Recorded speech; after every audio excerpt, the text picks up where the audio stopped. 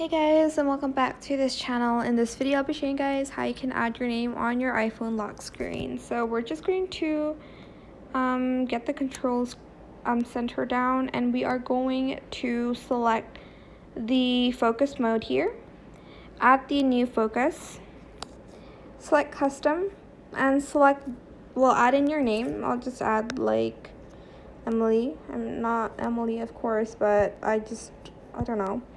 And then you can also select like a cute emoji next to it. Maybe I'll color it like blue instead for like Emily in Paris or something. Select next, customize focus, and then you're just going to select done. Then you're going to go to the Emily one and you're going to enable it. So just drag it down again. Select Emily, and on the home screen there's going to be that name. So that is it for this video. I hope it was helpful for you guys. Don't forget to like, comment, share, and also subscribe to this channel if you haven't done that already.